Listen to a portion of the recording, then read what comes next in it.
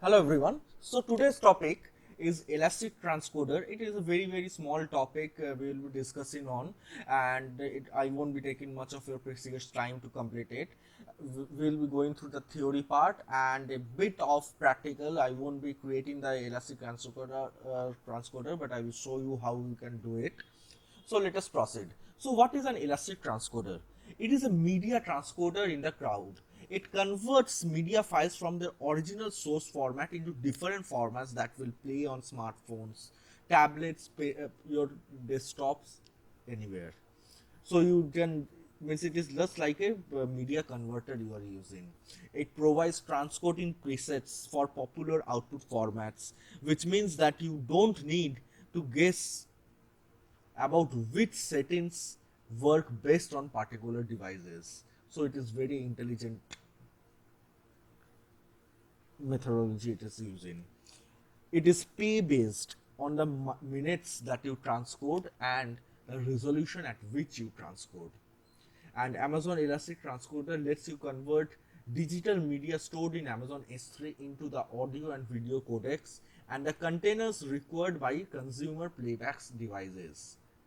For example, you can convert large, high quality digital media files into formats that users can play back on mobile devices, tablets, web browsers, and connected televisions. So, what are the components required to go ahead and create your elastic transcoder? First is pipelines. So these are queues that manage your transcoding jobs. Elastic transcoder begins to process. This is the first thing you need to create.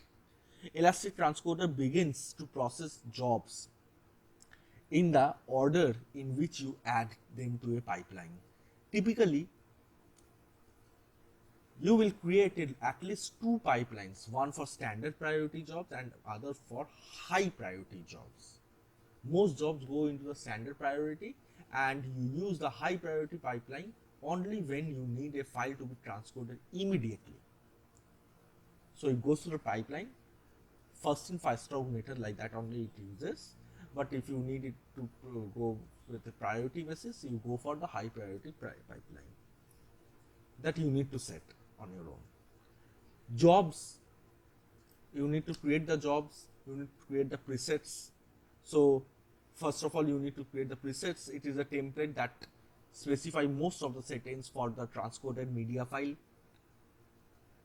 Elastic Transcoder includes some default presets for common formats. You can also create your own presets, and when you create a job, you specify which preset you need to use. So afterwards, you need to create the job where you specify the settings that aren't included in the preset. For example, the file to transcode and whether to create thumbnails or not. Each job converts one file into one different format. So when you create a job, Elastic Transcoder adds it to the pipeline you specify. If there are already jobs in the pipeline, Elastic Transcoder begins processing the new job when resources are available. So this is the steps to follow. This is create a pipeline. It gives your pipeline and give your pipeline a name that identifies which jobs go into that pipeline. For example, standard priority or high priority, anything.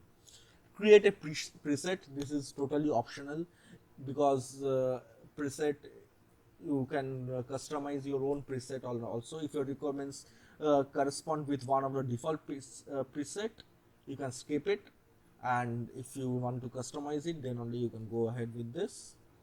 Create a job. When you click create, Elastic Transcoder automatically adds it to the specified pipeline for processing. So let us go to our management console, AWS management console, and see how we can create an elastic transcoder, from where we can create it.